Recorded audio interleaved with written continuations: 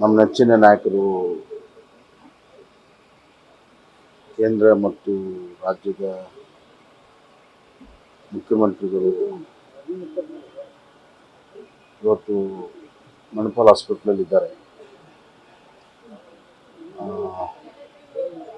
ICUದಲ್ಲಿದ್ದಾರೆ. ಮೊನ್ನೆಯಿಂದ ಅವ್ರಿಗೆ ವಿಶೇಷವಾಗಿರುವಂಥ ಟ್ರೀಟ್ಮೆಂಟ್ಗಳೆಲ್ಲ ಮಾಡ್ತಾ ಇದ್ದಾರೆ.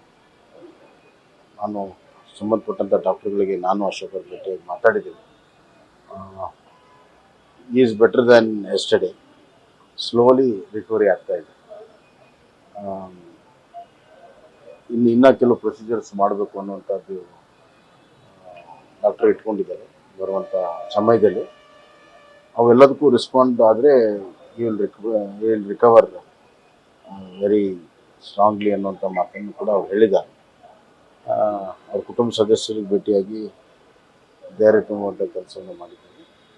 ಭಗವಂತನ ಪ್ರಾರ್ಥನೆ ಮಾಡಿದ್ದೀವಿ. ಒಬ್ಬ ಶ್ರೇಷ್ಠ ನಾಯಕ, ಅಪರೂಪದ ಒಬ್ಬ ರಾಜಕಾರಣಿ, ಮೌಲ್ಯಗಳನ್ನು ಇಟ್ಕೊಂಡು ಬಂದಿರುವಂಥ ರಾಜಕಾರಣಿ ಇನ್ನೂ ಭಾಳ ದಿವಸ ನಮ್ಮ ನಡುವೆ ಬದುಕಬೇಕು, ಬಾಳಬೇಕು, ನಮಗೆಲ್ಲ ಸ್ಫೂರ್ತಿ ಕೊಡಬೇಕು ಅನ್ನುವಂಥ ಪ್ರಾರ್ಥನೆ ನಾನು ಭಗವಂತ. ನ್ಯೂಸ್ ಫಸ್ಟ್ ನಿರ್ಭೀತಿಯಿಂದ ನಿಮ್ಮ ಪರವಾಗಿ.